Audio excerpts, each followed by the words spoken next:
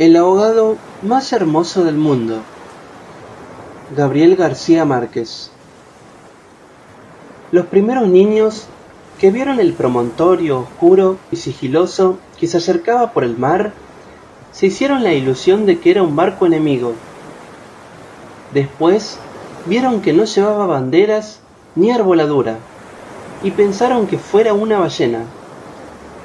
Pero cuando quedó varado en la playa, le quitaron los matorrales de sargazos, los filamentos de medusas y los restos de cardúmenes y naufragios que llevaba encima.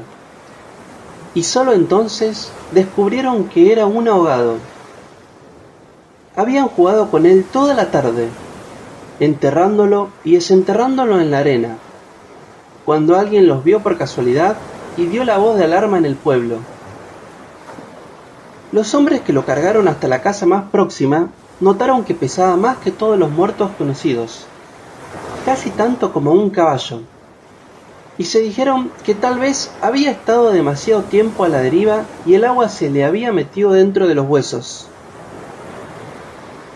Cuando lo tendieron en el suelo, vieron que había sido mucho más grande que todos los hombres, pues apenas sí cabía en la casa. Pero pensaron que tal vez la facultad de seguir creciendo después de la muerte estaba en la naturaleza de ciertos ahogados. Tenía el olor del mar, y solo la forma permitía suponer que era el cadáver de un ser humano, porque su piel estaba revestida de una coraza de rémora y de lodo. No tuvieron que limpiarle la cara para saber que era un muerto ajeno. El pueblo tenía apenas unas 20 casas de tablas, con patios de piedras sin flores, desperdigadas en el extremo de un cabo desértico. La tierra era tan escasa que las madres andaban siempre con el temor de que el viento se llevara a los niños, y a los pocos muertos que les iban causando los años tenían que tirarlos en los acantilados.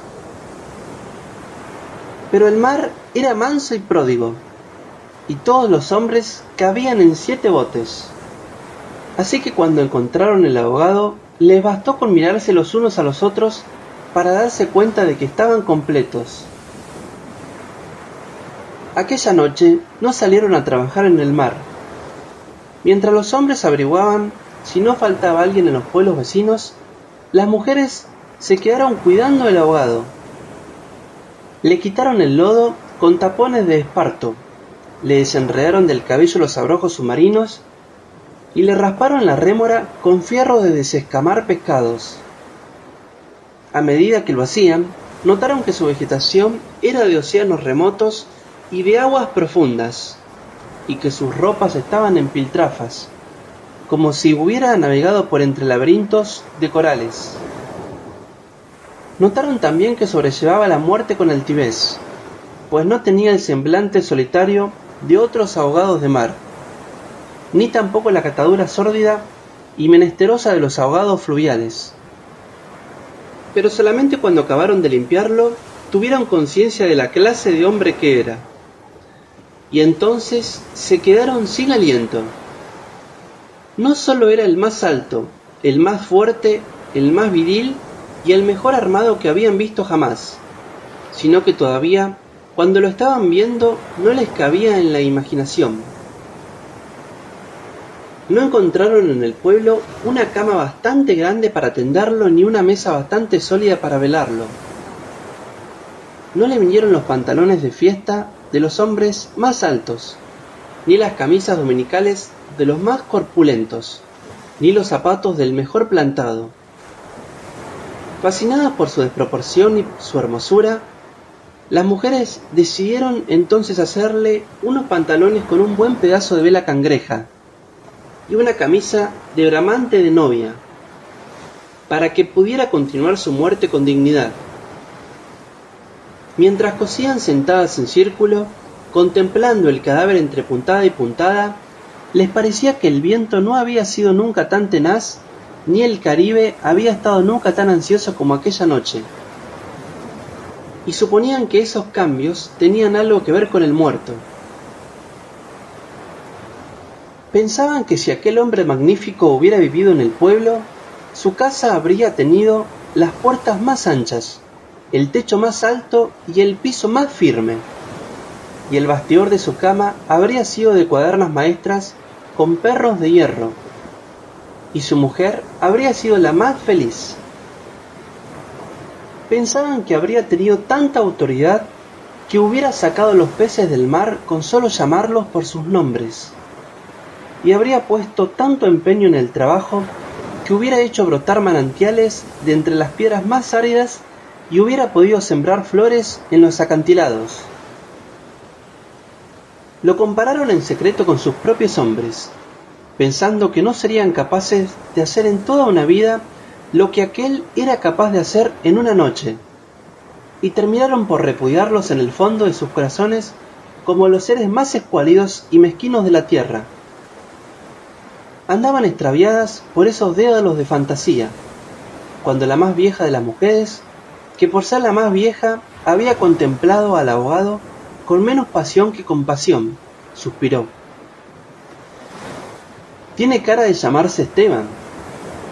Era verdad, a la mayoría le bastó con mirarlo otra vez para comprender que no podía tener otro nombre. Las más porfiadas, que eran las más jóvenes, se mantuvieron con la ilusión de que al ponerle la ropa tendido entre flores y con unos zapatos de charol, pudiera llamarse Lautaro. Pero fue una ilusión vana. El lienzo resultó escaso, los pantalones mal cortados y peor cosidos le quedaron estrechos, y las fuerzas ocultas de su corazón hacían saltar los botones de la camisa. Después de la medianoche se adelgazaron los silbidos del viento y el mar cayó en el sopor del miércoles. El silencio acabó con las últimas dudas. Era Esteban. Las mujeres que lo habían vestido, las que lo habían peinado, las que le habían cortado las uñas y raspado la barba, no pudieron reprimir un estremecimiento de compasión cuando tuvieron que resignarse a dejarlo tirado por los suelos. Fue entonces cuando comprendieron cuánto debió haber sido de infeliz con aquel cuerpo descomunal, si hasta después de muerto le estorbaba. Lo vieron condenado en vida a pasar de medio lado por las puertas, a descalabrarse con los travesaños, a permanecer de pie en las visitas sin saber qué hacer con sus tiernas y rosadas manos de buey de mar, mientras la dueña de la casa buscaba la silla más resistente y le suplicaba muerta de miedo: siéntese aquí, Esteban, hágame favor. Y el recostado contra las paredes, sonriendo: no se preocupe, señora, así estoy bien, con los talones en carne viva y las espaldas escaldadas de tanto repetir lo mismo en todas las visitas. No se preocupe, señora, así estoy bien, solo para no pasar la vergüenza de desbaratar la silla, y acaso sin haber sabido nunca que quienes le decían: no te vayas, Esteban, espérate siquiera que hierva el café, eran los mismos que después susurraban: ya se fue el bobo grande, qué bueno, ya se fue el tonto hermoso. Esto pensaban las mujeres frente al cadáver un poco antes del amanecer. Más tarde, cuando le taparon la cara con un pañuelo para que no le molestara la luz, lo vieron tan muerto para siempre, tan indefenso, tan parecido a sus hombres, que se les abrieron las primeras grietas de lágrimas en el corazón. Fue una de las más jóvenes la que empezó a sollozar. Las otras, alentándose entre sí, pasaron de los suspiros a los lamentos, y mientras más sollozaban, más deseos sentían de llorar, porque el ahogado se les iba volviendo cada vez más Esteban, hasta que lo lloraron tanto que fue el hombre más desvalido de la tierra, el más manso y el más servicial, el pobre Esteban. Así que cuando los hombres volvieron con la noticia de que el ahogado no era tampoco de los pueblos vecinos, ellas sintieron un vacío de júbilo entre las lágrimas. «Bendito sea Dios», suspiraron, «es nuestro». Los hombres creyeron que aquellos aspavientos no eran más que frivolidades de mujer. Cansados de las tortuosas averiguaciones de la noche, lo único que querían era quitarse de una vez el estorbo del intruso antes de que prendiera el sol bravo de aquel día árido y sin viento. Improvisaron unas angarillas con restos de trinquetes y botavaras, y las amarraron con carlingas de altura, para que resistieran el peso del cuerpo hasta los acantilados. Quisieron encadenarle a los tobillos un ancla de buque mercante para que fondeara sin tropiezos en los mares más profundos, donde los peces son ciegos y los buzos se mueren de nostalgia, de manera que las malas corrientes no fueran a devolverlo a la orilla, como había sucedido con otros cuerpos. Pero mientras más se apresuraban, más cosas se les ocurrían a las mujeres para perder el tiempo. Andaban como gallinas asustadas, picoteando amuletos de mar en los arcones, unas estorbando por aquí porque querían ponerle al ahogado los escapularios del buen viento, otras estorbando allá para abrocharle una pulsera de orientación, y al cabo de tanto quítate de ahí, mujer, ponte donde no estorbes, mira que casi me haces caer sobre el difunto. A los hombres se les subieron al hígado las suspicacias y empezaron a rezongar que con qué objeto tanta ferretería de altar mayor para un forastero, si por muchos estoperoles y calderetas que llevara encima se lo iban a masticar los tiburones. Pero ellas seguían tripotando sus reliquias de pacotilla, llevando y trayendo, tropezando, mientras se les iba en suspiros lo que no se les iba en lágrimas. Así que los hombres terminaron por despotricar que de cuando acá semejante alboroto por un muerto al garete, un ahogado de nadie, un fiambre de mierda.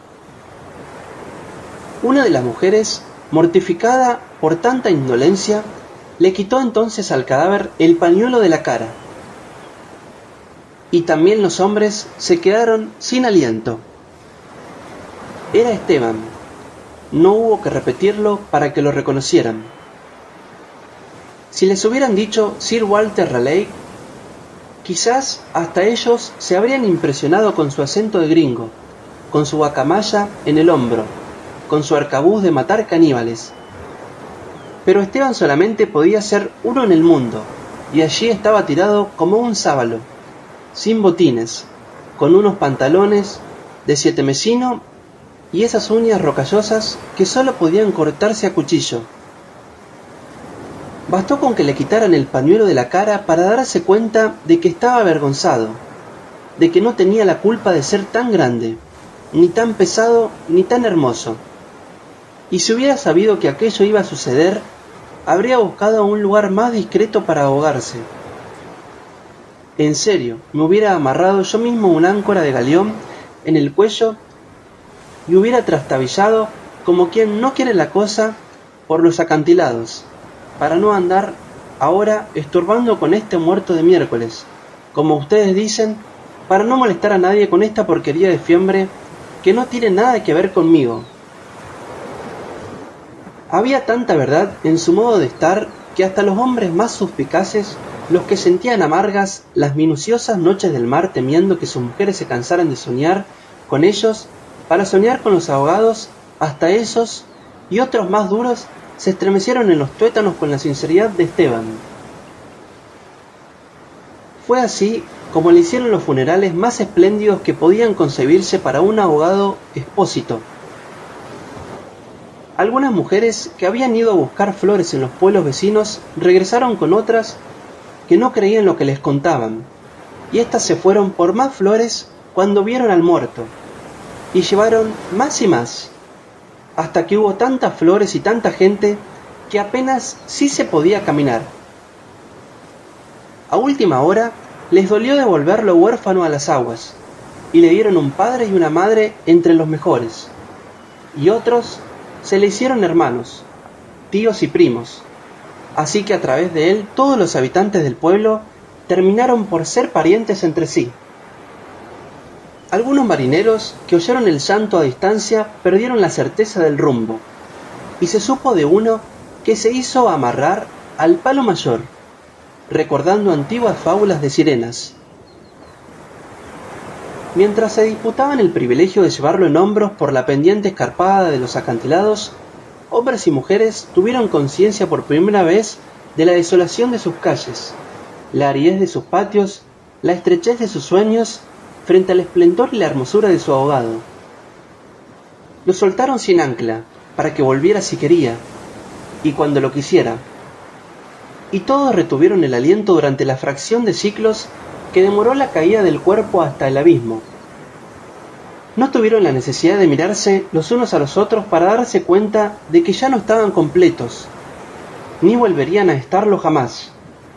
Pero también sabían que todo sería diferente desde entonces, que sus casas iban a tener las puertas más anchas, los techos más altos, los pisos más firmes, para que el recuerdo de Esteban pudiera andar por todas partes sin tropezar con los travesaños, y que nadie se atreviera a susurrar en el futuro: ya murió el bobo grande, qué lástima, ya murió el tonto hermoso, porque ellos iban a pintar las fachadas de colores alegres para eternizar la memoria de Esteban, y se iban a romper el espinazo excavando manantiales en las piedras y sembrando flores en los acantilados, para que en los amaneceres de los años venturos los pasajeros de los grandes barcos despertaran sofocados por un olor de jardines en alta mar, y el capitán tuviera que bajar de su alcázar con su uniforme de gala, con su astrolabio, su estrella polar y su ristra de medallas de guerra, y señalando el promontorio de rosas en el horizonte del Caribe, dijera en 14 idiomas: miren allá, donde el viento es ahora tan manso que se queda a dormir bajo las camas, allá donde el sol brilla tanto que no saben hacia dónde mirar los girasoles. Sí, allá es el pueblo de Esteban.